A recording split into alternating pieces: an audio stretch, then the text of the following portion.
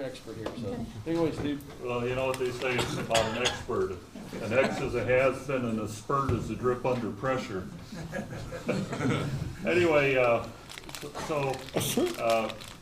this is a subject that it kind of interests me, and I'm no expert on it. And you won't get every question that you might have answered today because there are so many different variables involved.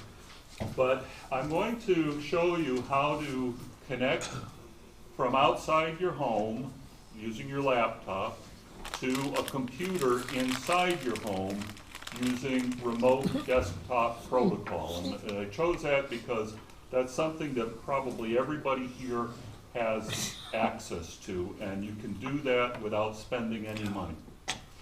Now, as we go through the presentation, you're going to see that, okay, this is kind of cool, but what about if I have a new 10-tech internet radio, internet-ready radio?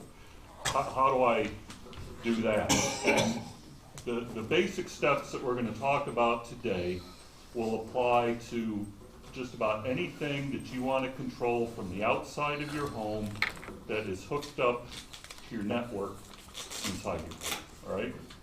But all the answers are not going to be given today, so I just need to let you know that.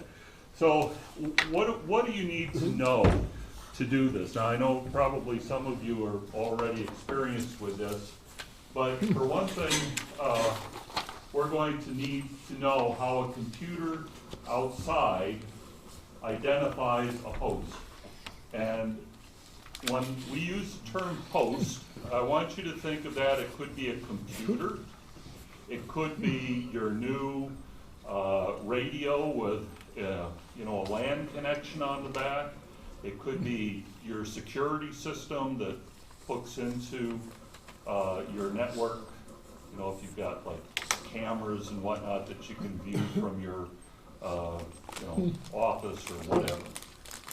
So we need to figure out how your outside computer is going to identify the computer or appliance inside your home, and what's involved with that. Now we're going to talk about how to configure your computer and router to permit remote connections.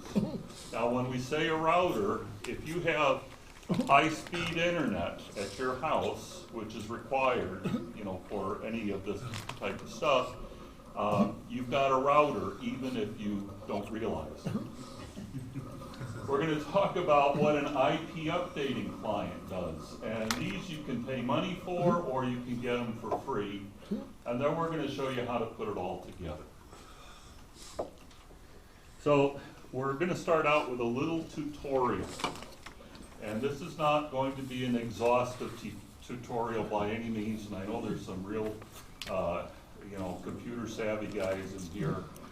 Feel free to jump in if I make a mistake, but we have to identify a few things about internet addresses, and the fact that there are public addresses and the fact that there are private addresses. So today we're using something called IP version 4, and this is an address that's 32 bits long and is assigned to every device that's going to hook up to a network or the internet. The 32 bits is broken up into 8-bit groups, so 4 times 8 is 32, and these are called octets.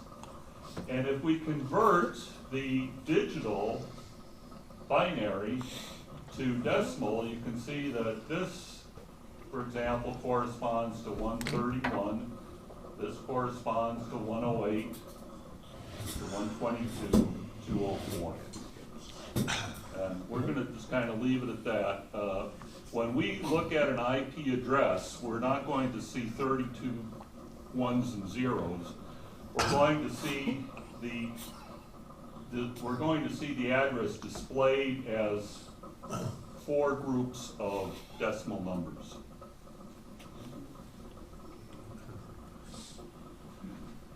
Now, in any address, there are two components to it. One is the network, and the other is the host.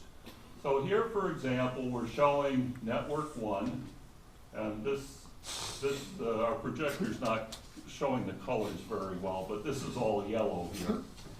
And anyway, network 1 has a network portion, and then each host has a host portion of the address. And likewise with network 2 and network 3. And so this right here is actually a symbol for a router. So in any address, the bottom line is we have to identify the network portion, and we have to identify the host portion of that 32-bit address. Oh, look at that. There's your yellow. There it came in. All right. So that shows it a little better.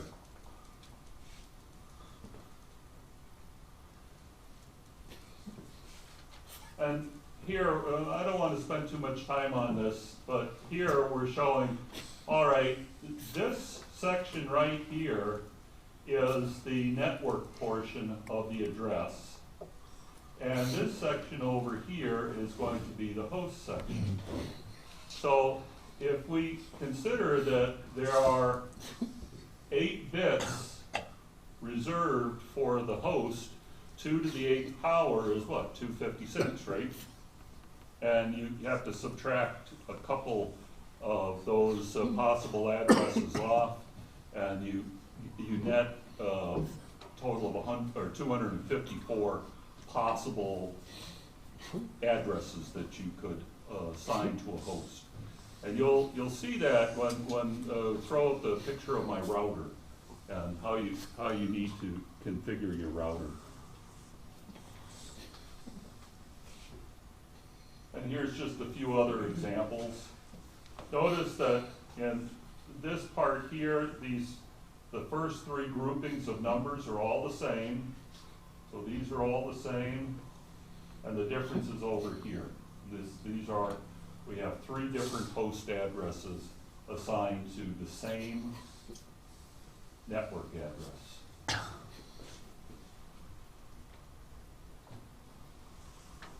And then this is just a separate slide showing that, all right, in this particular example, this is the host portion of the address. Now you can vary this.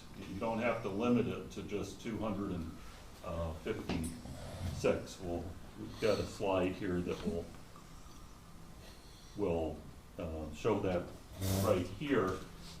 In the early days of the internet, when they were initially putting, the whole thing together, nobody dreamt that it would require, that there would be so many people wanting to get onto it, right? So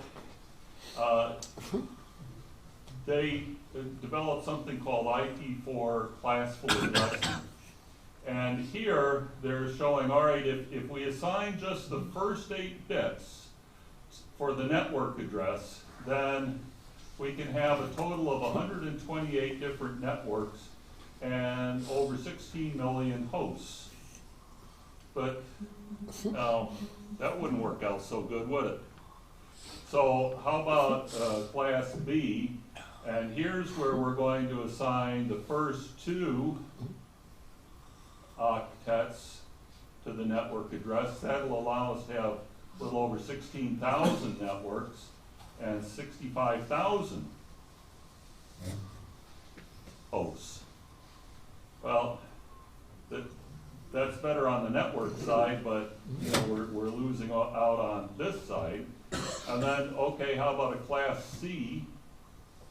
That's going to assign the first 3 octets to the network and allow us to have over 2 million addresses with 254 hosts per network.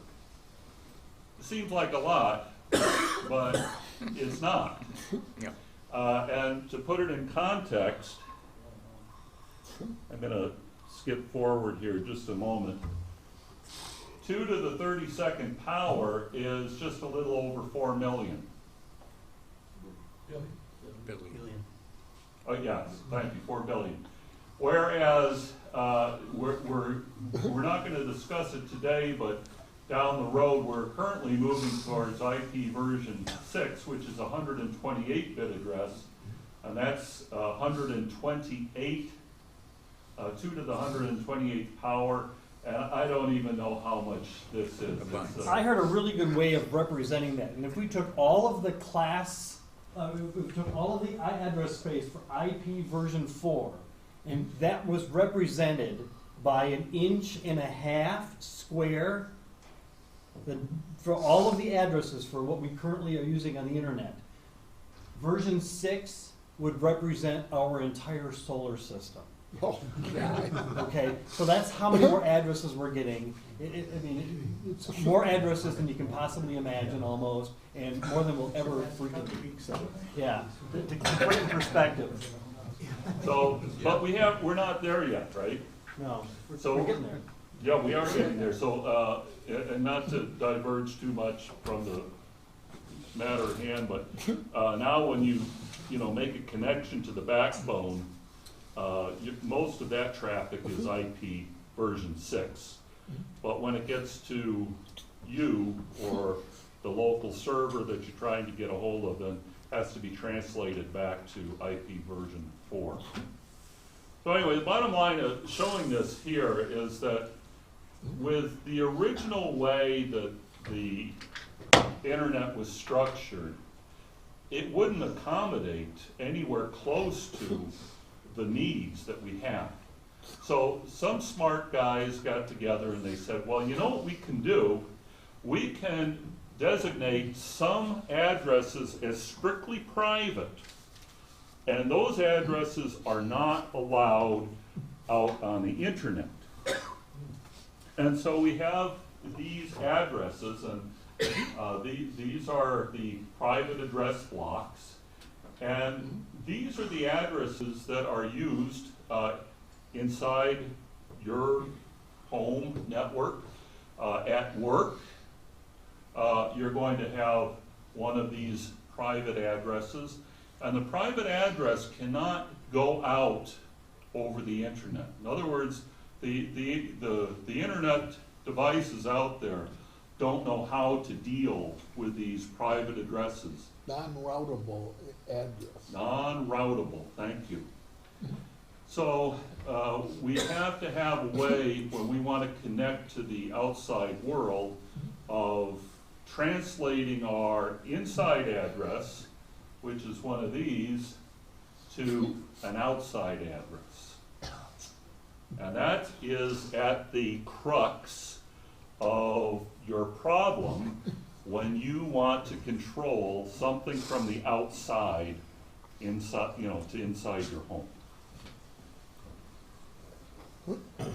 And so the way to translate a private address into a public address is called NAT, or Network Address Translation, or in terms of what's actually going on inside of your router, it's called NAT. It's more technically termed port address translation, and I'm not going to get into that because that'll muddy the waters up too much. But at any rate, this network address translation allows your router to take your inside address, translate it to an outside address, send it out over the internet to wherever you want to go, and when it comes back, it's got that outside address, and it recognizes that, and it translates it back into the inside address, and your computer responds.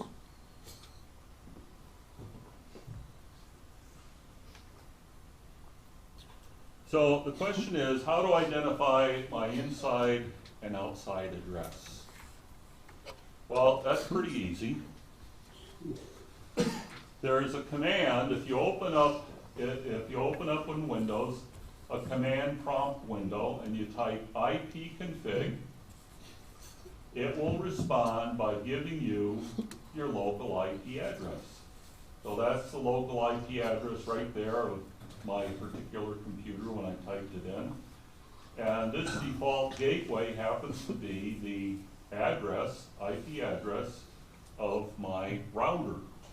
Now you can see that these are inside addresses, or inside. I also have an IP version 6 address, but we're not gonna focus in on that today. Now, how about the outside address? Well, the outside address is easy to find. You go to one of these websites, like what's my IP, and it will spit you back what your current outside address is. Now, If you type that in at Google, Google will tell you right there what your outside, your public IP address is. There's another good one named IP Chicken. yeah. Is that address static? No. It depends No. on your provider. Generally consider it not to be static, unless you know specifically that it is static. You can have them set either way. So here you can see that this is the outside address at the community center that we're currently using, right here.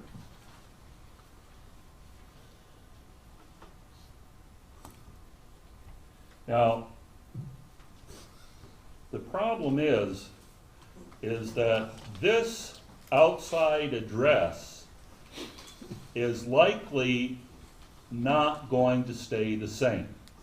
If you have a standard cable or standard DSL configuration, you have something called a DHCP lease, where the provider, like Comcast in my case, assigns me a outside IP address that I can use for a period of time, and then that lease gets renewed every so often, and I may or I may not get the same outside IP address. And that's where your problem is, right there. Now, if you have something called a static IP, and you can get those if you pay for them, that means that your IP address never changes. Your provider provides you an IP address, and it's always that IP address. You pay money for that. Like Comcast, will offer that for their business clients, but they won't offer it for their residential clients, at least up in Coon Rapids.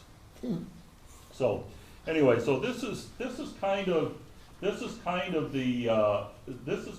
fly in the ointment that we have to deal with right there. So the question is, all right, how do these addresses get assigned in the first place? And that's through something called Dynamic Host Configuration Protocol, DHCP. Now, when you, in normal situations, let me give you an example at my house. I have my wife's computer, my laptop, my shack computer, my main computer. So there's 4 computers. I've got a TV that's plugged into the network that allows us to watch Netflix. I've got an Apple TV that's plugged in. So there's a bunch of appliances plugged in that may or may not be on at any given point in time. Now, when I hook one of these devices into the network or I turn it on, what happens is the device, say my computer, says, hey, I need an address. And it sends what they call an DHCP discover request out to the device that is assigning the addresses. In my case, probably your case, that's your router, or your cable modem or your DSL modem. Well, then the device that's assigning those addresses gives a possible offer and a possible address, and your computer says, hey, that sounds pretty good to me, and the server answers back, okay, let's go. And now you've got an address, and you can talk to your router and other devices on your network if you're properly configured. So that's what happens, you know, whenever you power on your computer or plug in the device or whatever. Now, this also happens when you plug in your cable modem or your DSL modem. Here we have an example of how cable internet is provided. You've got your head end at the cable office. And the head end has got your servers and all of that good stuff. And it outputs over a fiber link to a node in your neighborhood. And this node is generally, but not always, now connecting to your home and your neighbor's home via coaxial wire, RG6, all right? If you're lucky, and I don't know anybody around here in the Twin Cities that gets this, but if you were down south or in Kansas City, you get fiber right to your door. And of course, that's the most desired thing. But anyway, so here's your modem. And your modem, when you plug this in, sends a request out and says, hey, I need an address. And the DHCP server is sitting over here, and it says, okay, here's an address. Do you like that? Yeah, I think I'll take that. All right, here you go. And that interchange only takes, you know, a second. And your modem now has an address. But the address is only good for so long. And that address, or that so long period, is called the lease. When the lease can be like a minute, or it can be like indefinite. Now, because the cable company doesn't want all this traffic going back and forth asking for lease renewal, it's pretty long. But as I don't know if you guys noticed here that we had a connection to the local Wi-Fi, and it bumped us off after so long, and it just killed our lease. Our lease expired, and so I had to relog back on and say, hey, I need another IP address. So that's how it works with cable. Now, this is in my case, it's a little black box that is made by Cisco, and the cable plugs into it, and it's got an RJ45 jack out, and that can either go to a switch or to another router. In my case, I've got another router. But the modem itself is capable of doing the internal IP address assignment. Now, if you have DSL, DSL sends their signal over a regular telephone wire, and POTS stands for plain old telephone service.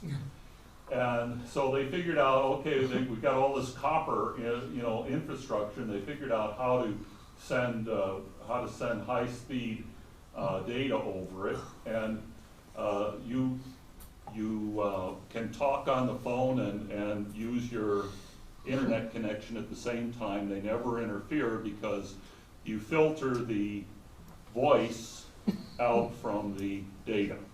In fact, if you have DSL, then you have to have these filters installed to prevent you from hearing the data whilst you're talking on the phone. But anyway, the bottom line is, it's the same old deal. You've got a device here that's going to request an IP address from the DSLAM. This is where all of the connections aggregate together in the telephone company switching office. And the DHCP process is exactly the same. The DSL router makes a request, the DSLAM responds, the modem says, I like that, okay, you're connected. Now here's your IP address for X amount of time.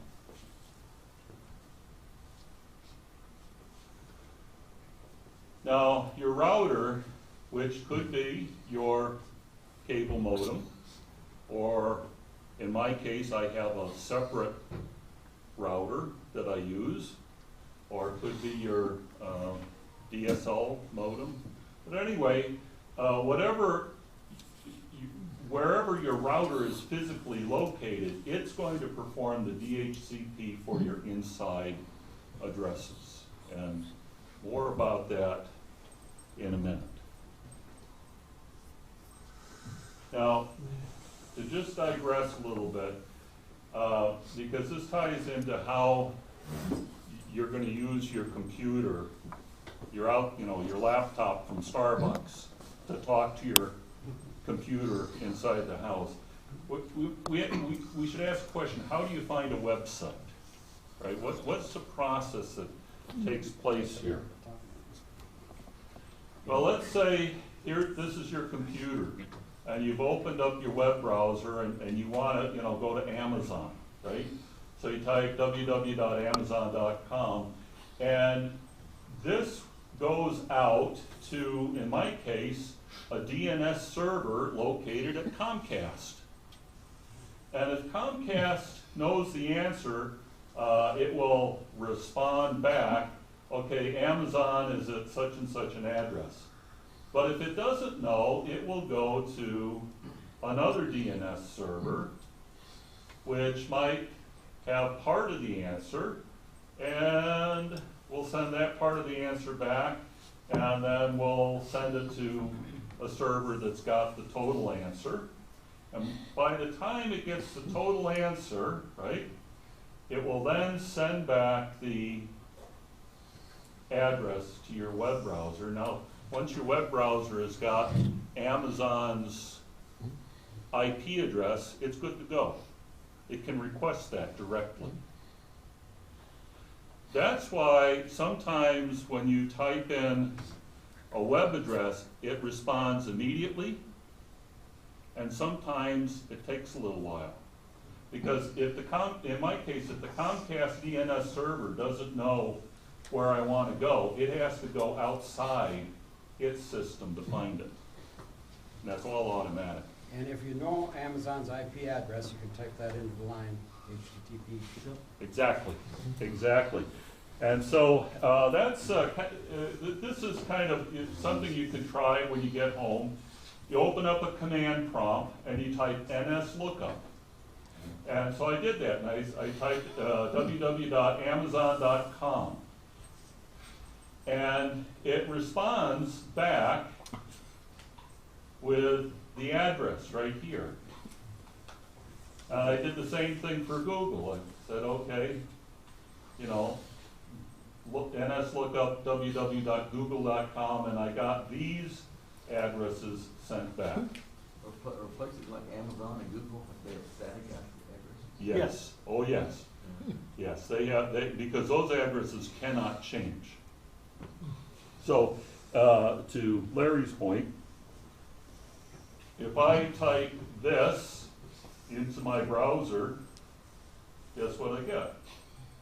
I get Amazon. All right? So, the point I'm trying to make is this, is when you type in www.whatever, right? We use those names because they're easy to remember. I mean, who could remember this, right? So this has to be translated into this, but you can go either way.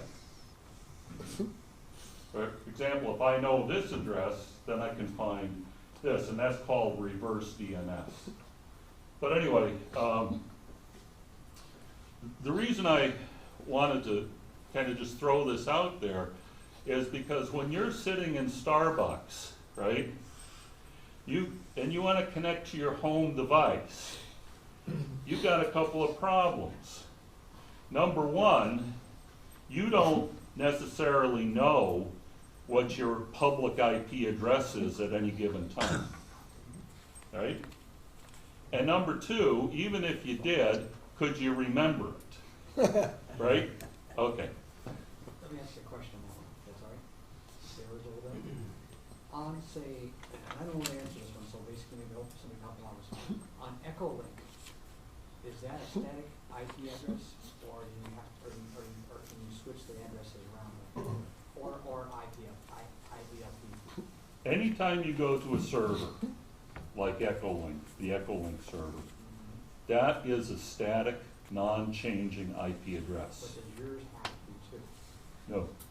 No? No, yours at home your address can change every hour. It won't make any difference On Echolink? on anything. Echolink is just another web server. That's all it is. It's just like going to Amazon, except it performs a different function. All right, but if I was using Echolink, you know, to talk to, or to connect my computer to a repeater somewhere a long ways away, because I wanted to talk through that repeater from my computer for an hour. But as you were just saying, if my home outside IP address changed, let's say every 30 minutes, who notifies, or no, how, Okay. it doesn't matter. It doesn't matter. No, It because doesn't it matter. already gets handled by the NAT. It's handled by NAT. Yeah. okay. Exactly. Exactly. So, and the change happens like that. I mean, it happens in an instant, and as soon as it happens, network address translation compensates for that. So, bottom line is, every host, and remember, we said a host could be a computer, a router, an internet-ready radio, any kind of IP-enabled appliance, right? Has to have some way to identify it. And that way is an IP address. So let's put it all together now and then walk through a connection process.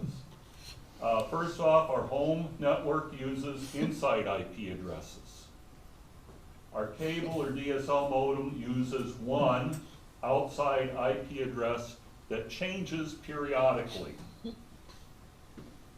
Number three, we need to be able to identify our outside IP address, which changes. Can you back up to that second one? You said there's only one outside address? You have one outside address, one outside public address that's So how assigned. does information that's come into one computer We'll get to that. Yeah, we'll get to We'll that. get to that. Yeah. The access point has one Smoke address. and mirrors, Tom. Hold the phone on that for just a second. The question will be answered. The reason for that is basically, if you want to do more IPs, is you will pay for them.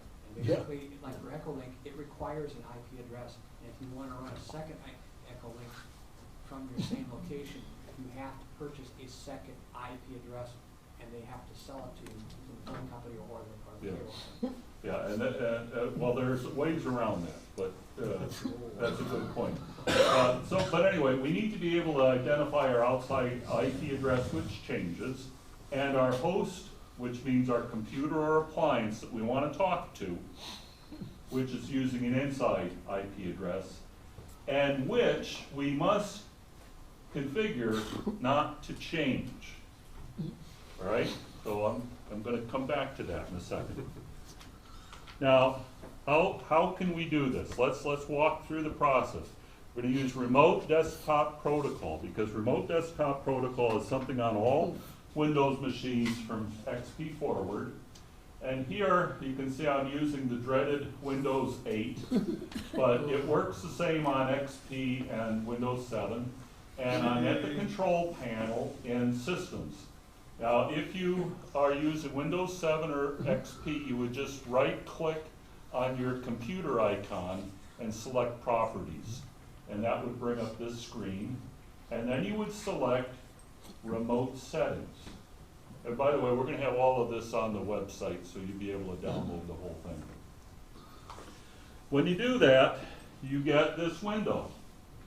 And you're going to click on the Remote tab.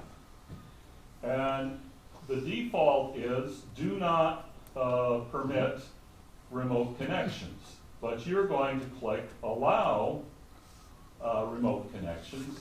And then if you're using Windows 7 or Windows 8, I would suggest clicking this box, which provides you a little extra amount of security when you're in Starbucks, all right? Now, when you do this, then you're going to see this screen pop up, and you'll notice here that Ulrich S. already has access, and that's because I'm the administrator of this computer. You have the ability at this point in time to add your wife and kids if you want as users. Provided they have I see you handily did not do that. You were smart. Even better. All right, so now the next thing you have to worry about is your firewall.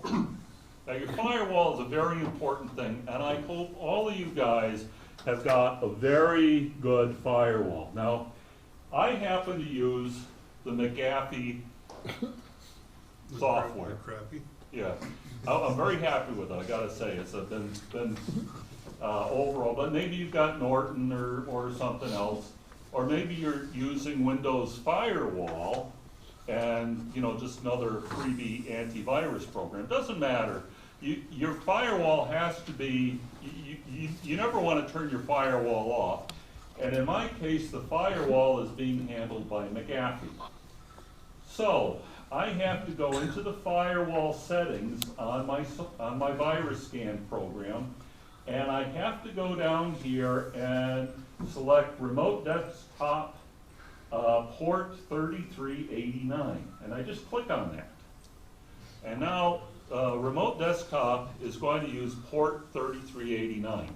Now, if you've got a 10-tech internet-capable radio, you're going to have to enable the port for that particular device. I don't know what it is, but 10-tech will tell you. And you would go into your firewall, and you would have to enable it. But anyway, we're doing Remote Desktop. And there's one other thing that you need to be aware of, and that is that you need to make sure that you open the port to all PCs, because some of the firewall software out there has the ability to open the port only to those computers on your network and block everybody else, in which case you can't get in from the outside, right? That's the point here.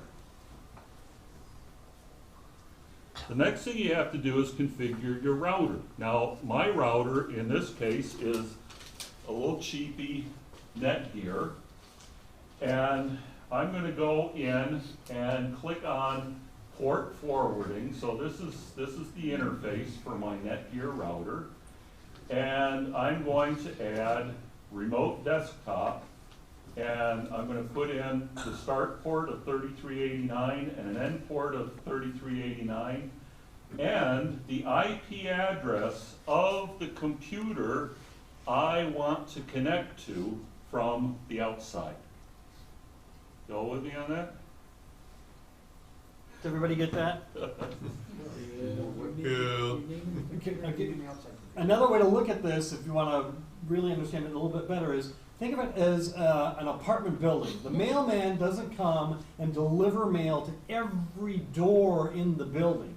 There's one spot down in the lobby down there where all the mailboxes are. Think of those as the port addresses. So when he gets mail for Bob, he sticks it in mailbox 22. And And whenever I wanna talk to Bob, I stick it in 22. Bob knows to come to 22 to get his mail.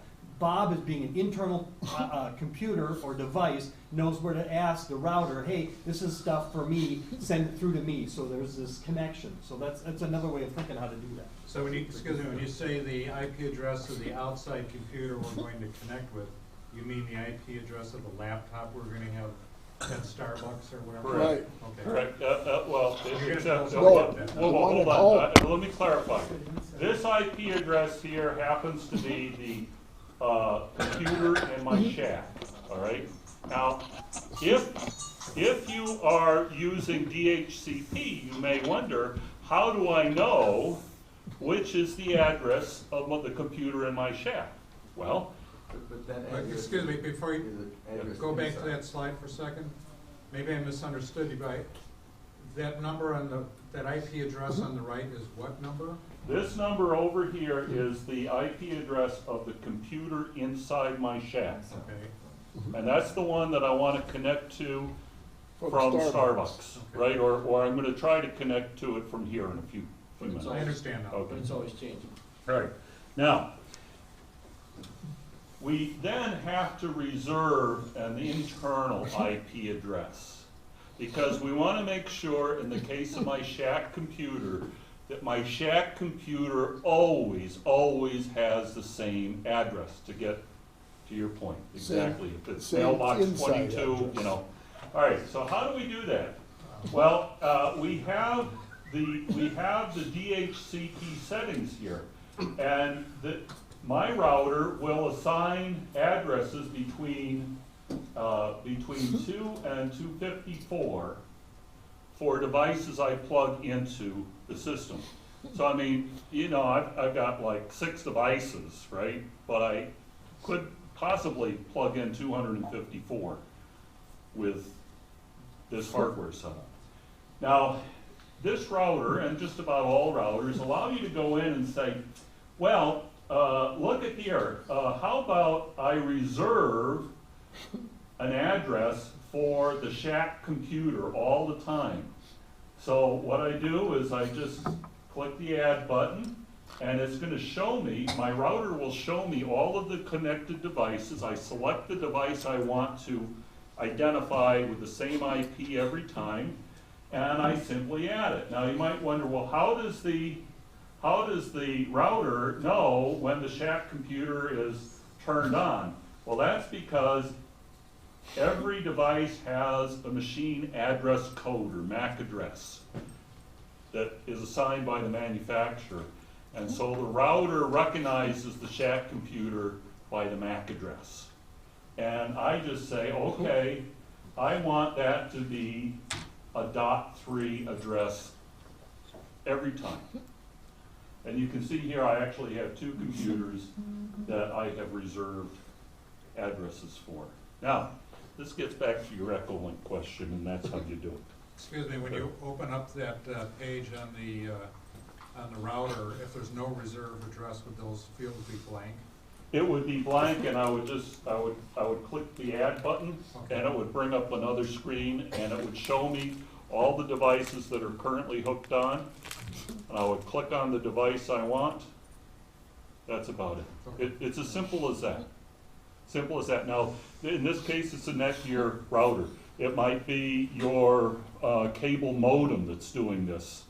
You know, a lot of the modems have got, you know, 4 or 5 jacks that you can plug 4 or 5 things into, right? So it doesn't matter. Are there enough MAC addresses for everybody in the world? Yes. Yeah. Yeah. Mostly yes. Mostly. Mostly. So you're becoming Mac Daddy, right? All right, now, okay, so what have we done? We've turned on remote desktop. We've gone into our router, right? We've reserved an address, and we've opened up port 3389, and also our firewall is good to go. Now we have to check it. And we're going to check that port 3389 is open. Now you can do this with a number of websites, but this one here is, you know, getyoursIgnal.com. And when you when you open up this web page, it automatically reads your current public IP address. And then you just put in the port that you want to check. And you click the button, and it will tell you port, in this case, port 3389 is open on this IP address. If it isn't, you did something wrong. All right? What are the chances? Yeah, yeah. So, and if it doesn't work, it's your firewall almost all the time. You didn't do something right on your firewall, and if you got like McAfee or something like that, anyway. So next we check to see if I can connect between machines inside the house, right? So here I'm going to request a connection to my laptop. I have to put in my username and password. It's going to ask me for some credentials. I'm just going to click through that. Voila, here's my laptop. So my main computer is now controlling my laptop, and I'm good to go. Internally, right? Internally. And it brings up the question now, how do I connect my computer from the outside? Especially if the IP lease is changing, right? DNS. Well, we need to install an updating service. Now, I happen to use a service called DYN, and you go in here and you select, you actually make up a name, and you install some software on your computer that periodically tells the DYN server what your IP address is. So when it changes, then it updates this server, and we now have a way to find it easily. This server's out. It's somewhere, who knows where. Is that what, din.com then or something? There are a number of services out there that'll do this. Yeah, Just I've dynamic DNS is what you would I've search used for. din Yeah. DNS. Yeah, And there might be other ones. Most routers nowadays also have the ability so that you don't have to run this client on your PC. The router runs it itself. The firewall runs it itself to automatically update. Therefore, you don't have to have anything internally running the software and doing that. Right. So. Right, and my router doesn't permit that, but many of the newer routers do. So, All right, so if you are using this updating client, I can understand how this DYN services computer, which is often Neverland somewhere, they know that your home IP has changed. How do they tell you out in Starbucks that it has okay, changed? excellent. Hold the thought. Hold the thought for a second. All right, so now I've installed my updater service, and now I'm going to try it. Now notice that I bring my remote desktop connection down here, and this time I'm going to put in nwc.homedns.org. And I'm going to type in my username and password. And this is actually going to go out to this address, and it's going to basically complete the configuration process for me. And there I am connected. Now, let's see if we're still, we're out of time here, but let's see if we can actually get into my home computer. One of the things associated with the DNS information, when you go out and you ask, I want www.amazon.com, when they give you that IP address back, they also give you something else. It's called TTL, time to live. How long is this information good for? It says 3 hours or 3 minutes or 3 days. With the dynamic domain name service, they always give it a very short period of time, so you constantly have to go out and ask again, hey, has it changed? Hey, has it changed? Just in case so that when it does change, it now knows to point over here. You're not pointing to the old IP address when everything is changed on it. So here, I don't know if you can see, but I've got NW0C.DNS, or homedns.org, and I'll So click, you now have a kind of website type. right, right. address. Yeah, this is gonna get translated over to an IP address, right? All right, but now, that English address that you're putting in there for remote desktop connection, is that then something, will The this get, dynamic. this will go up to DYN's Yep. website or something? Correct. Yes. Because Who knows where his house DYN is? owns the homedns.org domain name, and he has signed up for the third level domain. That's the first, middle one is second, that's a third level name to say, I want to control that. And they'll say, fine, you can have that one. Anytime we need to know anything about this, we'll point it to the IP address that your responder's telling us for an IP address. Right, exactly, thank you. So so when I click here, basically, I'm going out to that server, and Yeah. that server is gonna complete the connection. To your house. Yeah, to my house. So most remotes are just one port? Depends on the software. Remote desktop only uses one port. Okay. Yeah. Because Yeah. basically Echolink uses 2 ports, and you've gotta use both ports in order to make it work. Well, anyway, they must have something blocking here at the, Oh, because I can't get in. It's almost always the firewall. Yeah. It's almost always a firewall, yeah. And unfortunately, this is something you don't have any control over, is the Here. firewall here, wherever you're getting your free service from. Now, I don't mean to step on any toes here. This is the way you do it when you personally want to control all of the things in between. And the only thing that's really out of your control is that dynamic server. If you need to do this and you want to make it very, very, very simple, there's a service out there called logmein.com that will basically eliminate all of the putsy stuff you have to do behind the scenes. And all you need to do is use Internet Explorer and be able to download and install an ActiveX component, and you can remote control your computer at the other end. And it makes all of this very, very simple. It's free. They have a free version that you'll work with, but there's some limitations, like you can't transfer files back and forth and some other things. If you do the LogMeIn paid for, if there's any audio being just come out of the speakers at home, you'll be able to hear it on your speakers on your remote. And the other thing that's nice about this is because all of the traffic is encrypted both ways, so that you eliminate the firewall issues, because it's able to get out from here, you know, at Minnetonka or whatever that might be blocking that particular port, out to the LogMeIn services, and then back to your home. So Exactly. Generically speaking, if you're controlling an appliance from outside and your dynamic IP address changes, how long can it take before you get the information, before your system is, through DYN or whoever, knows that your IP address? How long are you out in limbo before you get caught up? I don't know the exact. I'll give you the answer to that. What happens is because of the protocol that you're using back and forth, there are some handshakes.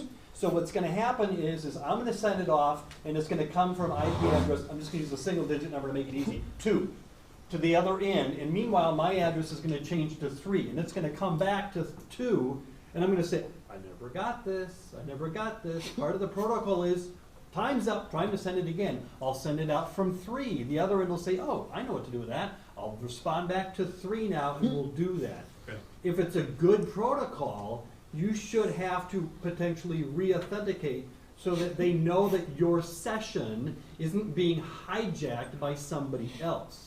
So that's one of the problems with doing something like this if the protocol blindly just sends it to an IP address. So there's some issues that way. So, excuse me, the answer to my question is, how long, if I'm in a QSO with somebody, You're not going to. You're not going to notice it. okay. Yeah. If there's no re-login, reconnection with that IP address change, associated with that, you won't even notice it because it's all happening behind the background. Okay. It's happening at a lower level of the protocol that you don't have any control over. Thanks. And keep in mind too that, you know, we're just kind of talking about remote desktop here, but as you want to control different appliances are going to have different requirements, and you have to meet those requirements, namely, specifically the port that they want to use to communicate on and so forth. The log me in is really good, and it's one of the ones that I've got listed for, you know, be up on the our website, along with some other free services. I use the DYN service, which is like $20 a year, because I'm doing some other stuff that's got nothing really to handle. So with log me in, does audio also in the free If version? you have the paid for version of LogMeIn, you can get, I think it's like for like $60-70 a year for that service. You will get a lot more features that you can do, like for example, from your remote PC, you can transfer files back and forth.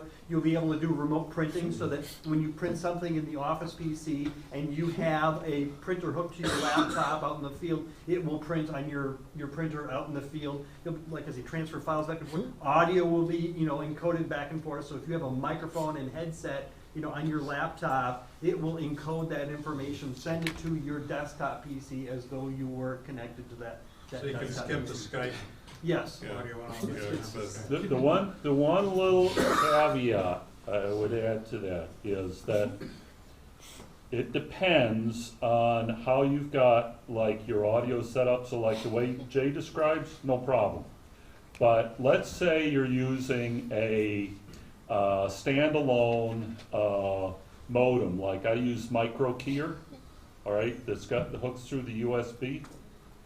I can't get the audio through remote desktop. But if I use the audio circuitry on the motherboard, right, the sound card on the motherboard, then it works fine. So you know, there, you know, that's why I want to, you know, when we're out of time, but I just want to. This is kind of what you're up against when you want to make a remote connection, but it's pretty straightforward. But be aware there's flies in the ointment, you know, that you may have to work A lot of through. connections you gotta make. If anybody has Yeah. tried to do anything like this through USI or internet, you know, wireless, Minneapolis Center wireless, because that's when I look at stuff or my connection from when I'm at work and I can see that my computer at home is also connected to my email account, it always comes up as a generic gateway address and not like some address that would be coming from a more individualized address. You have to go to Starbucks, right? Well, if you can see what's going on at your home address. I can see, it will tell me, like if I'm at work, and it'll tell me there's another computer that's open on my email account, but it'll come back as an address that's like 255, you know, something like that, which to me says that's like a gateway address. Well, are you, that's your subnet, but if this is like your email program, your email reader program that's telling you this? Right. Okay, so when you set up your email reader program, you're telling it, okay, go to this address to get my corporate email, and then you set up another account, and you say go over here to get my personal email, which is via whatever, and it'll go get both of them, right? But depending upon how your particular email reader and your corporate system, you know, LAN system is set up, there's a lot of variables there. So, Well, I'm just saying that the way it reports it, it makes it seem like the address that it's seeing for my home computer is generic.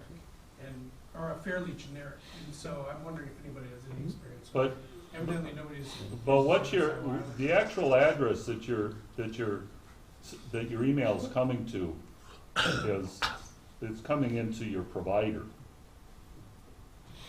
And then your email program connects to the provider and sucks it down. It's not the same as the address at home. Yeah, it doesn't depend on that. All right, well, What you might be talking about is are you talking about like Gmail's interface where it says that another person's, yeah, like it's actually the provider server saying, here's someone else that's connected to me. It's basically telling you you're logged in from somewhere else. It's possible that that the Minneapolis is, or that USI is routing through the, they have their own NAT that's on a different layer. That in some providers are doing that, and that's where something like LogMeIn that Jay mentioned would be useful if you can't configure something like that. But I don't have any personal experience knowing what they actually do there. Then the other thing you have to worry about is a lot of corporate LAN systems do not permit things like LogMeIn. They'll block that. And that's difficult to block because all it is a web service. It's like they have to block it from the destination, as in you can't go to whatever the service is, .logmein.com, because it, as far as the service is concerned, it's just tunneling over like HTTPS, which is the secure HTTP protocol, something that you would use whenever you enter your credit card or do some sort of financial transaction on the internet. That way, where that's all encrypted from end to end, and they can't see the traffic in between. Sorry, I got it wrong. I enjoyed it. So, you notice any latency? Because The latency is going to be completely dependent upon the quality of your connection. On both ends. Yeah. So it can range from none to horrible. So it just depends.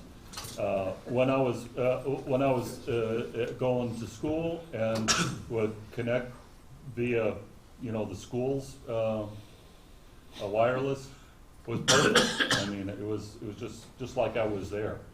But from other places, it can be really bad. So you're at that mercy. Well, guys, we're overtime, so I want to thank you and happy connecting.